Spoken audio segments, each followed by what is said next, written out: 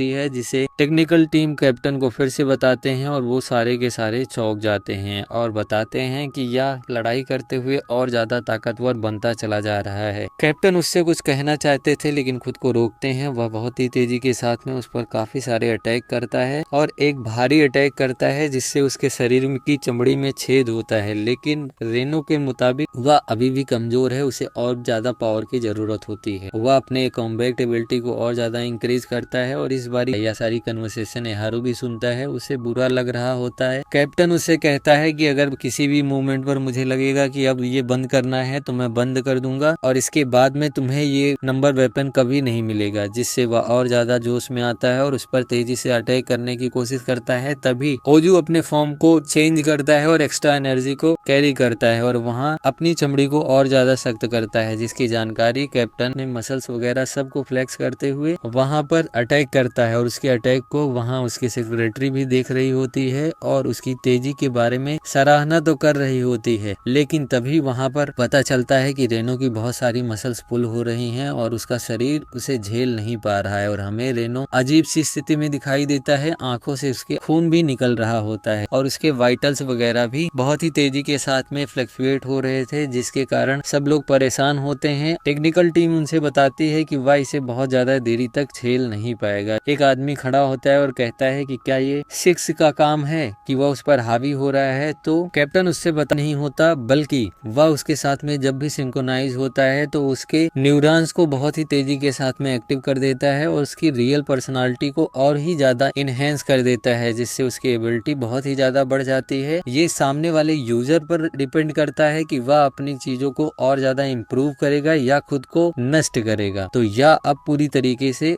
उसके ऊपर है। यह बात रेनो को भी पता चलती है, एहारू को भी पता चलती है, लेकिन रेनो को कोई फर्क नहीं पड़ता। वह अपने अटैक्स को और ज्यादा तेजी से फॉर्म करता है और यहाँ रेनो जंगल में कहीं उस बर्फ के बीच में जाता हुआ दिखाई देता है और वो सोचता है कि जब पहली बार रेनो फेल हुआ था तो मुझे पता नहीं क्यों कुछ समय के लिए अजीब सी राहत मिली थी और क्या मैं एक अच्छा दोस्त हूँ। खुद को ही वह बुरा समझने लगता है और वह सारी ब्लेम लेता है कि वह एक अच्छा दोस्त नहीं है और चिल्लाता नहीं हूँ, मेरे शरीर में बहुत ज्यादा पेन हो रहा है, मेरी हड्डियां टूटी हैं। इन सारे ख्यालों को वो कंट्रोल नहीं कर पा रहा है उस पावर की वजह से और बहुत की ओजू का 35% जम गया है और उसके हील होने से पहले ही वह उन पर अटैक कर रहा है। लेकिन रेनो के शरीर में 16 जगह मेजर फ्रैक्चर्स आ गए हैं और मांसपेशियों में बहुत ज्यादा खिंचाव है। वह और ज्यादा देरी तक झेल नहीं सकता। तभी वहां पर ओजू उस पर अटैक करता है और वह दूर जाकर के गिरता है। फिर से उठ करके वह बहुत तेजी के साथ में उसे जमाने का काम करता है। वह थक करके एक जगह पर रुकता है, अपनी एबिलिटी को थोड़ी सी कम आंकता है। तभी उसे पता चलता है कि उसका पैर टूट, तुम्हारा काम यही खत्म होता है, बाकी मैं कुछ देख लूंगा। रेनो भी कुछ नहीं बोल पाता। कैप्टन उसके लिए बैकअप लाने की बात करवाते हैं और वो वहां से जाने लगते हैं। रेनो खुद को हारा हुआ महसूस करता है और उसके दिमाग में अब भी बहुत सारे ख्याल चल रहे होते हैं कि मैं एक बार फिर से हार गया, मैं इतना ज्यादा कमजोर होता हुआ बढ़ता चला जाता है और उससे बताता है कि रेनो एक बहुत ही ईमानदार, मेहनती और ताकतवर लड़का है, तो उसे एक और मौका मिलना ही चाहिए। जिससे उसकी एनर्जी और जोश को देखकर कैप्टन पूछता है कि उसकी कॉम्बैट लेवल कितना है। लोग बताते हैं 24%, लेकिन कैप्टन को पता था कि ये एनर्जी 24% की नहीं है और ज्यादा है और उसे थोड़ी सी राहत मिलती है।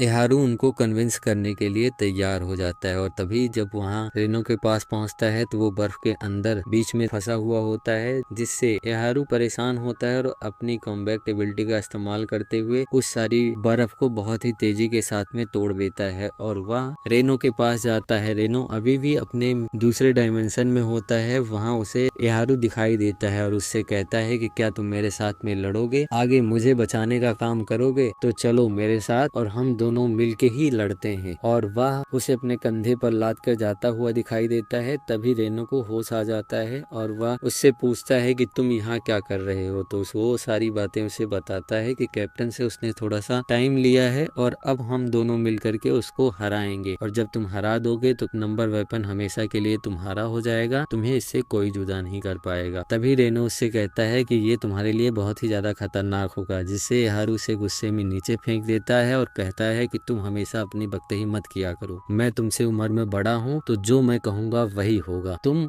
अकेले सारा काम करने की कोशिश भी मत किया करो। रेनो बहुत ही ज्यादा इमोशनल होता है और उसे कहता है कि मैं जब भी किसी दुख में होता हूँ या मेरा मेंटल स्टेट कमजोर हो और मुझे बचाने का काम करते हो तो तुम्हारा बहुत बहुत धन्यवाद। अब मुझे तुम बताओ कि मुझे क्या करना, जल्दी खत्म करना पड़ेगा। वो अपने मास्क के साथ के दोनों रेडी हो जाता ही देता है।